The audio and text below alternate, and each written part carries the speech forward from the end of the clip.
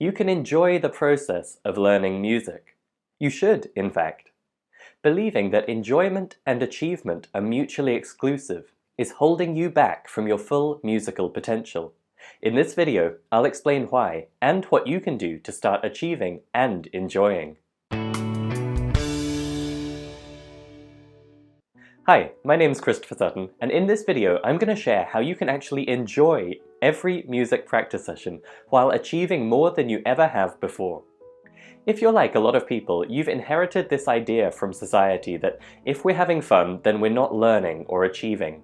That learning and being productive aren't enjoyable, they're hard work, and so if you're enjoying yourself, you must not be working hard enough. This concept is outdated and has been shown to be simply wrong. Scientists have found that the highest achievers in sports, science, music, and more all aim for what's called a flow state, where they operate at their peak. And they describe it as being a deeply enjoyable state to be in, where things are neither too frustrating nor too easy, not too boring nor too overwhelming. It's a pleasure. If you've been struggling and striving in your musical life and separating out playing for fun from practicing hard, I can identify.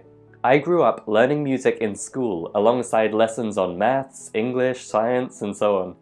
It gave me the sense that music was the thing to be studied and to give the correct answers for in an exam. There was a big emphasis on instrument technique and zero emphasis on creativity or expression. As a result, I always felt a bit guilty when I played just for fun. Does that sound familiar? To me, the two worlds were entirely separate. There was learning, which was hard and boring, and there was enjoying, where it felt a bit self-indulgent and like I should be getting on with some good hard studying instead. It took me years to unlearn this nonsense. I'm hoping I can help you to escape that trap now. Music is an art. There is real value in practical, careful, almost scientific learning.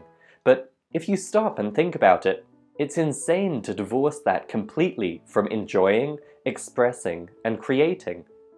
That worldview leads to music-playing robots, not musicians. So, enjoying and creating should never be seen as separate from learning in music. But here's the kicker. Making your music learning enjoyable can actually accelerate your progress. That's right, it's not a distraction, it's a catalyst. Let me explain why. Have you ever felt your mind wander during a practice session?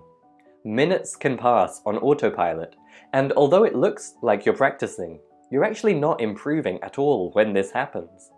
Redesigning practice to be enjoyable keeps your brain alert and engaged throughout your practice session, meaning every minute is well spent. When we asked world-famous author of the pattern play books, Forrest Kinney, about tapping into musicality, here's what he said. What I try to help others to do is just to play like a child, to forget all these adult concerns and get back to that essence. And then the paradox is, when we do that, over time, we find that without any intention to be good, suddenly we're really sounding quite good. And that's the paradox, is without trying to be impressive, we become impressive. The core of it is the connection with the sound, the responsiveness to the sound, and the enjoyment of the sound, just for the sake of making music. It also helps with motivation, which can be a big stumbling point for musicians, trying to keep consistent with practice or trying to stay enthusiastic about learning the things that take weeks or even months to master. When you make your music practice enjoyable, that motivation is vastly easier to keep up, and you can actually find yourself looking forward to music practice instead of dreading it. Here's how Brent Vaartstra from Learn Jazz Standards put it. If there's one thing that's going to help you get over those hurdles, it's by feeling energized by what you are learning. And that means that sometimes, it's not learning the things that everybody is telling you to do. You don't have to learn that scale or learn that particular piece. Sometimes those things are, while they're all important, those things aren't the things that are going to get you out of bed. And right, at the end of the day, we're all playing music because we love it, because it gives us joy. And we have to remember that. So how can you make music learning enjoyable? Well, I can share a few specific examples, but if you take one thing away from this, it should be this overall point. Allow yourself to enjoy practice. Don't see it as an arduous duty, a slog you have to get through so that one day you can enjoy music. Learning music is music, and you don't need to wait to enjoy it. Let yourself be creative, explore, experiment, and play for the enjoyment of it. Here are a few specific ideas for making your music practice more enjoyable. Let's take two activities which can often end up feeling dull and repetitive and sap your enthusiasm, and see how we can make them enjoyable and more effective at the same time. First up, scales. Essential for instrument technique, but incredibly tedious if all you ever do is just play them up and down. Instead, here are two things to try. Number one, replace that metronome with a drum beat. Having a clear beat to practice with is great for improving your timing when you play up and down the scale, and a metronome is the simplest, purest beat you can have. But it's certainly not the only beat. Look up some backing tracks on YouTube and find one in the key of the scale you're playing, and let that be your beat instead. So if you're practicing the C major scale, look for any backing track in the key of C major and use that as your metronome. Even if you just play up and down the same scale as before, it's gonna feel a lot more musical. And with a variety of backing tracks, it can feel different each and every practice session to keep things interesting. The second idea would be to practice other aspects of technique while you're practicing your scales. You're probably drilling scales to help you learn fingering and memorize the key signature and the sequence of notes in each scale. But playing through that sequence of notes can be done in an infinite number of ways. What are you doing with dynamics? Articulation? Could you swing the beat maybe? What about moving through the notes in different patterns rather than strictly all the way up and then all the way down? There are tons of ways to play the same notes in a variety of more musical ways. Let your scales become music, not just notes. Make it a game, a challenge to yourself to play the scale differently every time.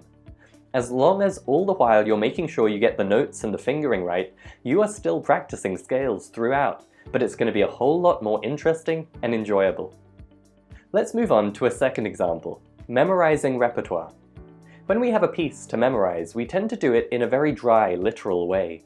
We study one bar or a short phrase, play it through, then try playing it without the sheet music or the tab. Then we proceed bit by bit, and anytime we can't remember how it goes, we run back to the sheet music to remind ourselves. Not very fun or interesting. What about allowing yourself some creativity? What if, when you forgot how it goes, instead of jumping back to check the answer, you forced yourself to try to make it up? Stick with the notes in the key and try improvising something. You might get it closer to the correct answer than you expected, and if not, you might come up with an alternative that you quite like. Of course, the goal is still to memorize the music as written, but exploring creatively in this way helps develop the connection between your instrument, your ears, and the notation. This is huge for your musical memory because you start to understand the way the music's put together, rather than relying on just rote memorization. There is a whole big interesting topic to explore there, but for now just set yourself that challenge. If you forget it, you have to make it up instead. You'll be amazed at how this transforms the previously dull exercise of memorizing a piece into something that's a lot of fun. So those are just a couple of ideas to illustrate this point that even the most mundane of music practice activities can be made interesting and enjoyable. It just requires you to allow yourself to enjoy the process and add some fun and creativity in there. And hopefully you're feeling more comfortable doing this now that you know it isn't a distraction or a cop-out. In fact, it provides the fastest route to improving as well. Go ahead and give it a try. Sometimes though, even if you want to, it can be hard to think up fresh ways to make music practice more musical and enjoyable. So grab our free cheat sheet, which provides you with over a dozen clever ideas to spice up your practice in a way that will enhance your results as well. Just click the link or visit the show notes at musicalitypodcast.com. Oh hey, one more thing. If you enjoyed this video, please take a second to like it on YouTube, and if you haven't already, please also subscribe to our channel there. That's going to help make sure you get all our latest videos as soon as they come out, and it also helps us reach more people, which means more episodes, better guests, and everybody wins. So please take a second to like this video and hit subscribe.